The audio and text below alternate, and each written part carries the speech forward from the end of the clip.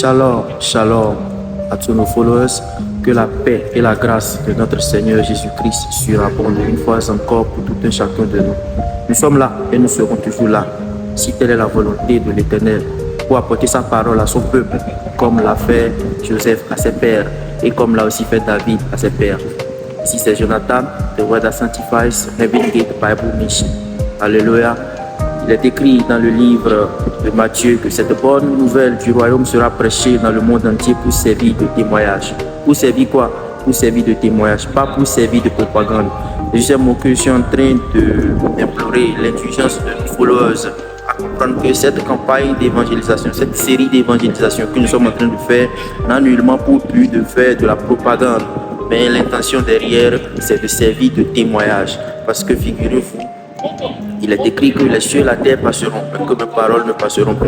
Et ces paroles que nous sommes en train de prêcher, derrière lesquelles se trouvent des mystères révélés, se trouvent des mystères cachés, révélés, dévoilés. Il est écrit dans le livre d'Amos que des jours viennent où les gens auront la faim et la soif d'entendre de ces gens de paroles. La faim et la soif, non pas du pain, non pas du vin, non pas de l'eau, mais la faim et la soif d'entendre de ces gens de parole. Il dit: écoutez, contempteurs, voyez et soyez dans l'étonnement, car je ferai en vos jours une œuvre. Et donc, même si on venait à vous en parler, vous n'y croirez pas.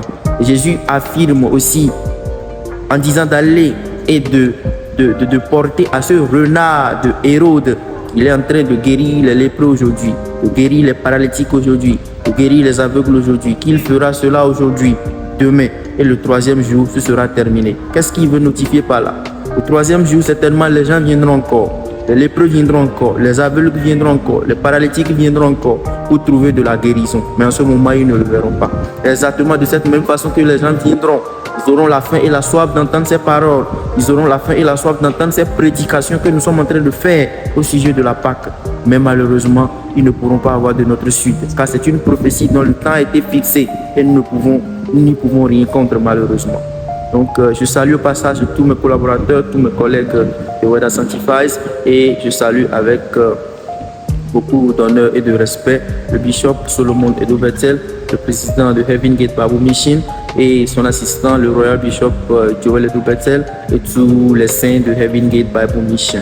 Dans la vidéo précédente, j'expliquais en fait quelque chose au sujet de la Pâque et je faisais comprendre qu'il n'y a nullement aucune différence, qu'il n'y a rien qui s'appelle Pâque juive à part, Pâque chrétienne à part, que la Pâque en elle est une fête qui a été instaurée depuis l'origine par Yéhowa, par l'Éternel, et les ordonnances ont été servies à Moïse.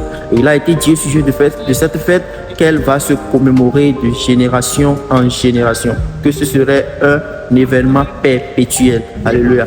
Quand Jésus est venu, il était jeune, je l'avais dit dans la vidéo précédente, il suivait ses parents, il se rendait à Jérusalem, il allait fêter la fête de la Pâque, il célébrait la Pâque avec sa famille. Ensuite, il est devenu jeune, il a toujours continué par fêter.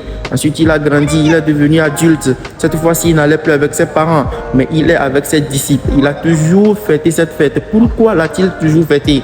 Pourquoi l'a-t-il toujours fêté? Parce que c'est dire que ce serait une fête perpétuelle, quelque chose de génération en génération. Maintenant, pourquoi nous, à notre temps, nous voulons couper ce qui a été dit et nous voulons faire selon le désir de notre cœur? Alléluia. Comme quoi, la Pâque, nous n'allons plus la célébrer comme cela a été instauré, mais que nous allons faire maintenant ce qui nous conviendrait, et à savoir commémorer la mort et la résurrection de Jésus-Christ.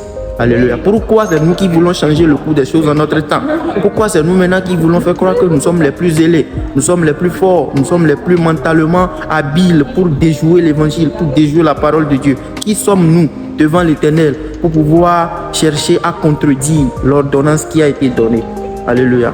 Alors l'interrogation qui m'est parvenue et dont je voulais faire mention, c'est que est-ce que les gens ne sont pas en train de faire une confusion entre la Pâque en tant que fête instaurée par l'Éternel et la Sainte Seine? Comment les gens comprennent-ils la commémoration? Quand on dit qu'on commémore, comment les gens comprennent-ils cette connotation?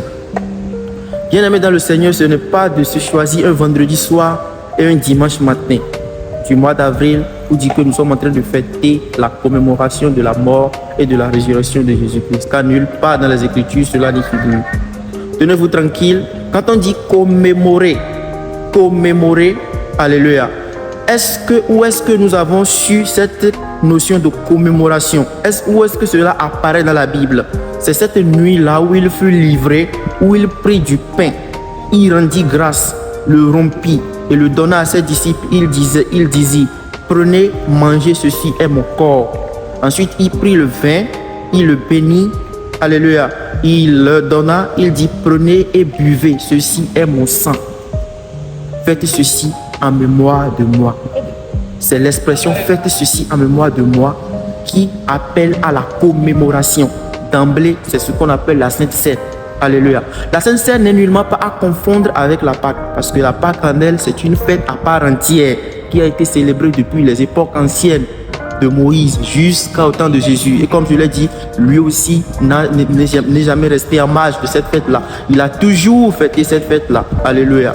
Jusqu'à la dernière. Et quand la dernière fête de Pâques qu'il a célébrée avec ses disciples était venue, qu'est-ce qu'il leur a dit? Il a dit, j'ai vivement souhaité fêter cette Pâque avec vous avant de souffrir, car je ne boirai plus du vin de la vigne jusqu'à ce que je n'en boive à nouveau dans le royaume de Dieu. Donc la commémoration, là où ça apparaît clairement dans la Bible, c'est la nuit là où il dit faites ceci en mémoire de moi. Faites quoi en mémoire de moi?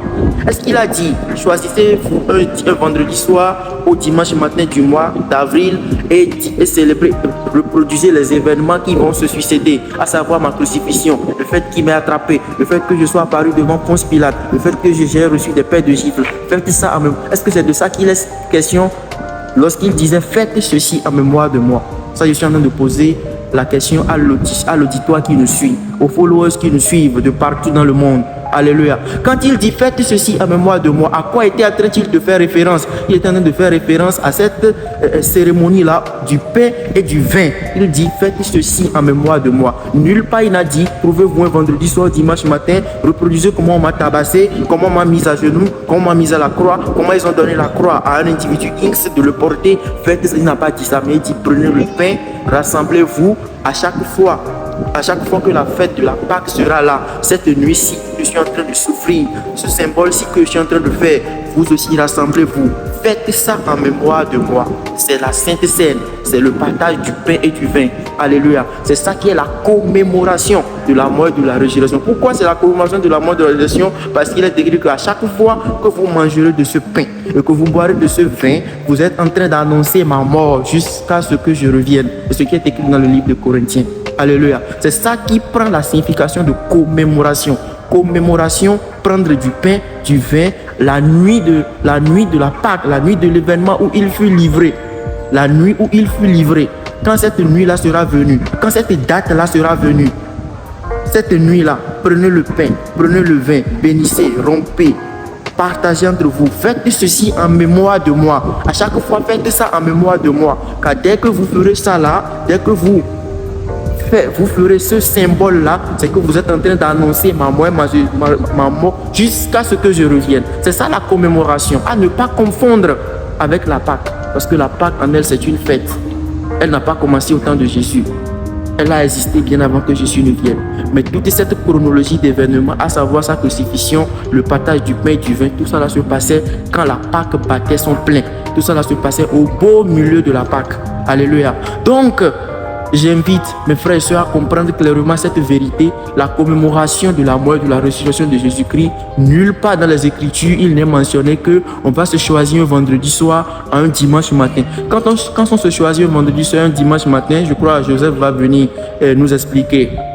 Si c'est effectivement vendredi soir qu'il a été mis à mort, Jésus aussi ne restera pas en marge, lui aussi viendra certainement pour nous décortiquer un peu. Parce que quoi, la prophétie au sujet de ce vendredi soir ou bien de ce dimanche matin, la prophétie au sujet de sa mort, de sa résurrection, il a été clairement dit qu'il fera 3 jours et 3 nuits dans le sein de la terre, comme l'a fait Jonas dans le ventre du grand poisson. La question qu'on se pose, elle est très simple. Est-ce que lorsque nous comptons du vendredi soir au dimanche matin, ça fait les 3 jours et les 3 nuits? Alléluia. Donc là, la croyance populaire au sujet donc du vendredi soir, dimanche matin, elle laisse à désirer et mes collègues viendront. Mais ce que moi je veux faire remarquer au sujet de cette vidéo qui tire vers sa fin, c'est simplement que les gens comprennent avec nous que quand on parle de commémoration de mort et de résurrection de Jésus-Christ, ce n'est pas de se désigner un vendredi soir ou dimanche matin, mais plutôt c'est de se souvenir de cette nuit-là, cette nuit de la Pâque où il fut livré. Que lorsque ce moment X sera venu, de prendre le pain comme il a fait, le vin comme il a fait,